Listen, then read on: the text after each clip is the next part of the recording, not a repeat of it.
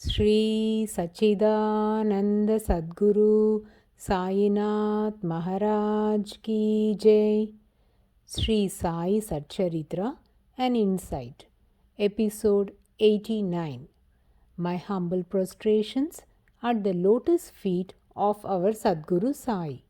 By the divine grace of Sai, an attempt has been made to translate the gist of the divine discourse of Sri Ramanathan Brother telecasted in Sai TV. This is purely done to share the glory of Sai and his divine teachings with more insight to the aspirants. Om Gurur Brahma Gurur Vishnu Gurur Devo Maheshwaraha Gurur Sakshat Parabrahmam Tasmai Shri Gurave Namaha. Hemant Pantji continues to elucidate the guidelines pronounced by Baba, which would enlighten the hearts of the listeners and guide them to lead a righteous life, detached from worldly pleasures, discriminating unreal from real, leading to God vision. Let us now listen to those 6 principles recommended by our Sadguru Sri Sainath Maharaj. This is the 141st OV that illustrates the first declaration of Baba, which talks about Rinana Bandh or karmic ties. Rinana Bandh, roughly translated, means the bond that has existed for many generations. No person or even an animal would come to you without former relationship. Hence, we should treat them courteously and not drive them away. We must give due respect to them, love and serve each other, and be happy. Why does Baba insist upon showing respect and love to whomever we meet in our life? Because unless one behaves in this way, the karmic debt that one has with them will never get settled.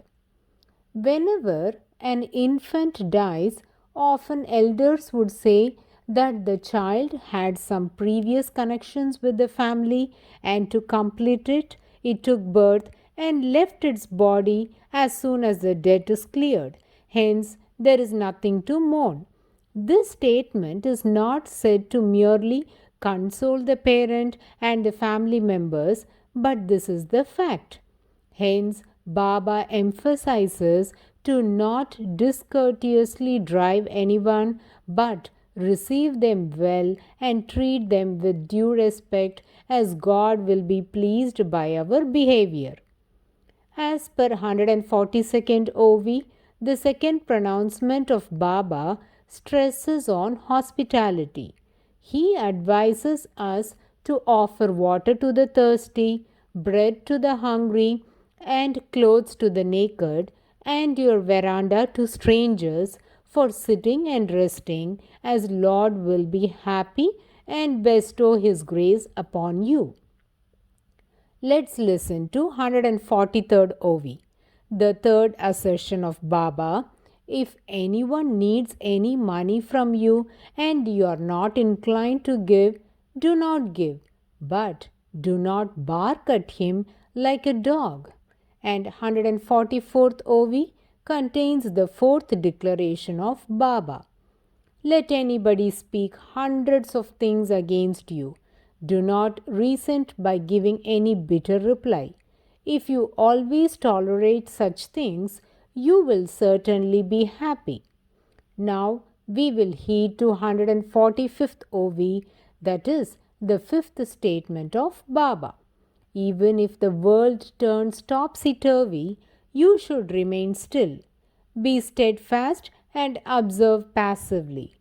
This pronouncement of Baba reminds me of the verses from Tirukkural, which also expounds a similar thought. நிலையின் தெரியாது அடங்கியான் தோற்றம் மலையினும் மானப் பெரிது. This verse expresses a simple thought. Life of a person that does not deviate from the virtuous trail with utmost restraint, composure, will scale higher than the tallest peak of the tallest of mountains and be glorious.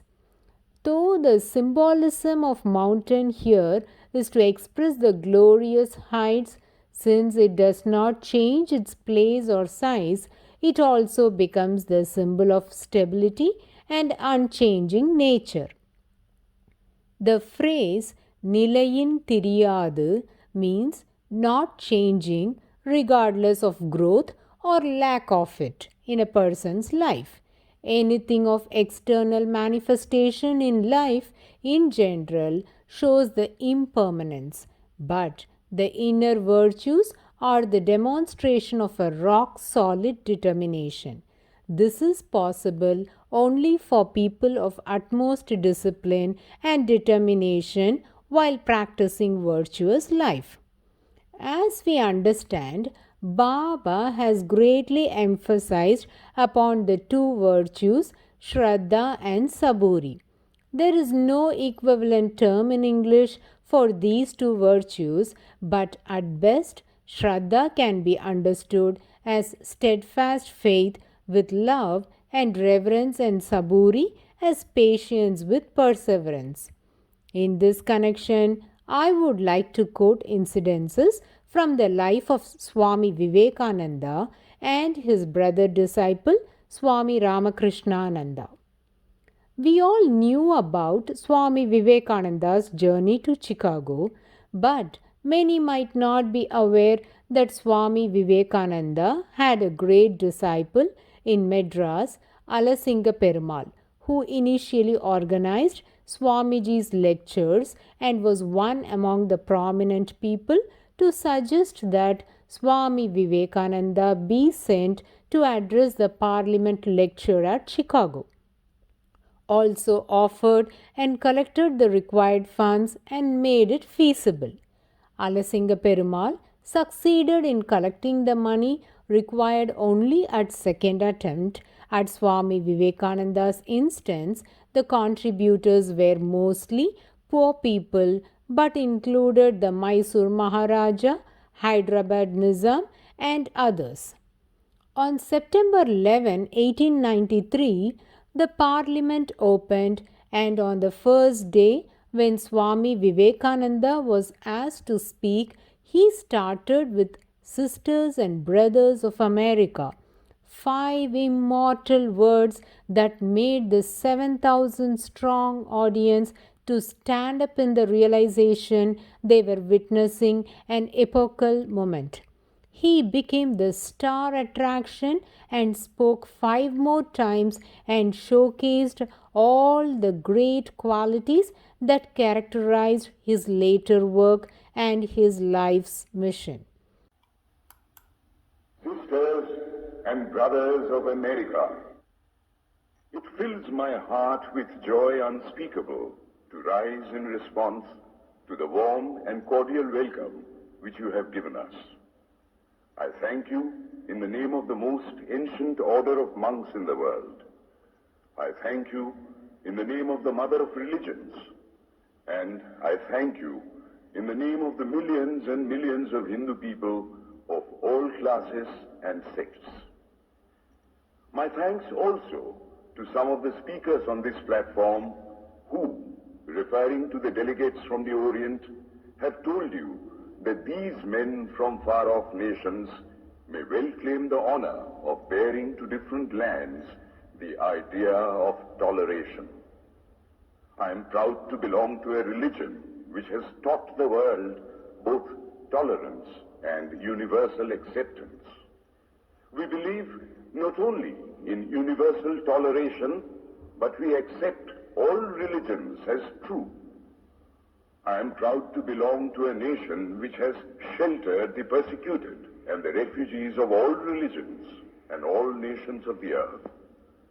I am proud to tell you that we have gathered in our bosom the purest remnant of the Israelites who came to southern India and took refuge with us in the very year in which their holy temple was shattered to pieces by Roman tyranny.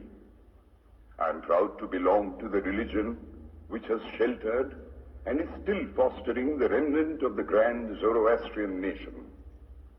I will quote to you, brethren, a few lines from a hymn which I remember to have repeated from my earliest boyhood, which is every day repeated by millions of human beings. As the different streams, having their sources in different places, all mingle their water in the sea, so, O Lord, the different paths which men take through different tendencies, various though they appear, crooked or straight, all lead to Thee. The present convention, which is one of the most august assemblies ever held, is in itself a vindication, a declaration to the world of the wonderful doctrine preached in the Gita. Whosoever comes to me, through whatsoever form, I reach him. All men are struggling through paths which in the end lead to me.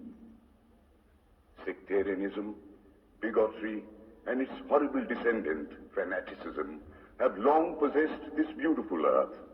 They have filled the earth with violence, drenched it often and often with human blood, destroyed civilization, and sent whole nations to despair. Had it not been for these horrible demons, human society would be far more advanced than it is now. But their time is come, and I fervently hope that the bell that tolled this morning in honor of this convention may be the death knell of all fanaticism, of all persecutions with the sword or with the pen, and of all uncharitable feelings between persons wending their way to the same goal. On his return to India in 1897, Swami Vivekananda first touched the shores of South India. He had come by ship to Colombo and then took what used to be called the boat mail to Pamban, then to Kumbakonam, and finally Madras. The thoroughfares of the city that first recognized his greatness now wore a festive look, with welcome arches all the way from Egmore Station to Castle Kernan, as Ice House was then known, on the beach, where he was to stay for a few days. It is now called Vivekananda Illam. During the 9 days in Madras, he delivered several memorable speeches, including one where he asked young Indians to arise, awake, stand up, and assert yourself. He captured the imagination of the public to such an extent that they wanted him to send to Madras a person who could spread the message of Sri Ramakrishna and impart religious instruction to the masses. Swami Vivekananda replied, I shall send you one who is more orthodox than your most orthodox men of the south, and who is at the same time unique and unsurpassed in his worship and meditation of God. Thus, the stage was set for the arrival of Swami Ramakrishnananda in Madras. Sashi Bhushan Chakravarti, who was affectionately known as Swami Ramakrishnananda, was born in an Orthodox Brahmin family at Bengal in the year 1863. He was a brilliant student at school and entered the Metropolitan College, Calcutta. One day, in October 1883, he arrived at Dakshineshwar to see the master. He was greatly fascinated by the personality of Sri Ramakrishna, whom he henceforth accepted as their master. Shashi was the very embodiment of service. Other disciples also gave the best in the service of master, but Shashi's case is notable. After the death of the master, the boys who were children of the master gathered at the newly founded monastery at Barangor. Shashi took care that his brother disciples had not to face any starvation. When it was time for them to renounce the world Formerly, by taking the monastic vows, Shashi assumed the name Swami Ramakrishnananda. Swami Vivekananda, then Narendranath, wanted to take the name Ramakrishnananda for himself, but seeing Shashi's devotion to Ramakrishna Paramahansa, he gave him that name, and according to Swami Abhedananda, himself took the name Vividishananda, which he seldom used. Swami Vivekananda on another occasion spoke thus: "Whoever takes the name of Sri Ramakrishna, know him to be your Guru. Every one can play the role of a master, but it is very difficult to be a servant. Especially, you should follow Shashi. Know it for certain that without steady devotion for the Guru and unflinching patience and perseverance, nothing can be achieved." Devotees, I request you all to mark the words of Swami Vivekananda, which resonates the two virtues of our Sadguru Sainath Maharaj, Shraddha and Saburi. Swami Ramakrishnananda and his brother monks, ably led and supported by Swami Vivekananda, went about the formation of the Ramakrishna Mutt and mission. Chosen by Swami Vivekananda, Swami Krishnananda, accompanied by another monk, Swami Sharadananda, arrived in Madras in March 1897. Like his devotion to his Guru, his love and obedience towards the brother disciples were legendary. A simple command from Swami Vivekananda was to him a Vedic injunction. At Swamiji's behest, he went to South India to propagate Vedanta and sacrificed his body in excessive work. Swami Ramakrishnananda became the founder of the Ramakrishna Mission in Madras, presently called Chennai, and remained in the charge until his death in 1911.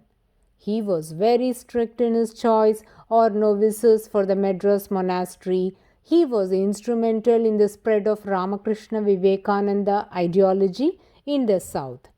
It was Swami Ramakrishnananda who formulated and introduced the system of daily ritualistic worship to Sri Ramakrishna Paramahansa that is followed in the Sri Ramakrishna movement. Shashi Maharaj was given a warm welcome by such devotees of Swami Vivekananda as Alasinga Perumal and Dr. M. C. Nanjundarao. Through all these memorable years and for the rest of their lives, the sublimity of the Guru-Shishya relationship between Swami Vivekananda and Alasinga Perumal remained. In fact, even for the Swamiji's later trip to the West, it was Alasinga who travelled with him to Colombo and saw him off in the boat. Alasinga played a major role in starting Ramakrishna Ashram in Madras and was heavily involved in various other initiatives. Swami Vivekananda said of Alasinga, "One rarely finds a man like our Alasinga in this world, one so unselfish, so hard-working and devoted to his Guru, and such an obedient disciple is indeed very rare on earth. His devotion can never repay." Once at Chennai, Shashi Maharaj spoke to a devotee by name Ramalinga Shastri about the principles of life that had to be followed by a person, and he advised Ramalinga Shastri to remain like a jasmine flower. Ramalinga Shastri couldn't catch the purport of this statement, hence pleaded Swami Ramakrishnananda to clarify on this. Then Swamiji spoke thus: "Jasmine flower, even if it is thrown away, it would keep emanating a sweeter fragrance from that place. Similarly, wherever you may be or in whatever situation you might be, Just be a witness to the situation and don't get entangled to it. This principle of Swami Ramakrishnananda is again echoing the words of our Sadguru Sainath Maharaj, that is, even if the world turns topsy turvy, you should remain still, be steadfast, and observe passively. There is one more pronouncement of Baba which would unfold a very astounding miracle, and there are many wonderful connections to this Leela which we will be discussing in the coming episodes. Bow to Sri Sai, peace be to all. Om Sai Ram.